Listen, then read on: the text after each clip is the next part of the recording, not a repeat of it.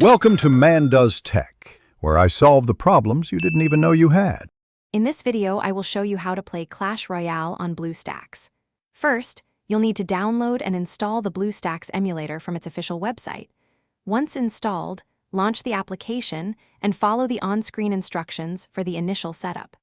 This typically involves signing in with your Google account, which grants you access to the Google Play Store, a crucial step for getting the game.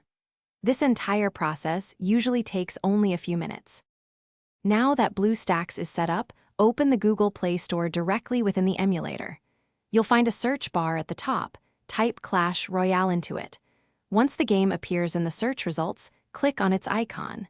Then, simply select the Install button to begin downloading the game. The download size is typically around 100 megabytes, so it should be fairly quick. With Clash Royale successfully installed, navigate back to the Bluestacks home screen.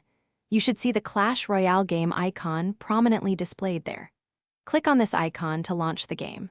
Once it loads, you can start playing immediately. Remember to explore the in-game settings to customize your experience, perhaps adjusting graphics or sound to your preference for a smoother gameplay session.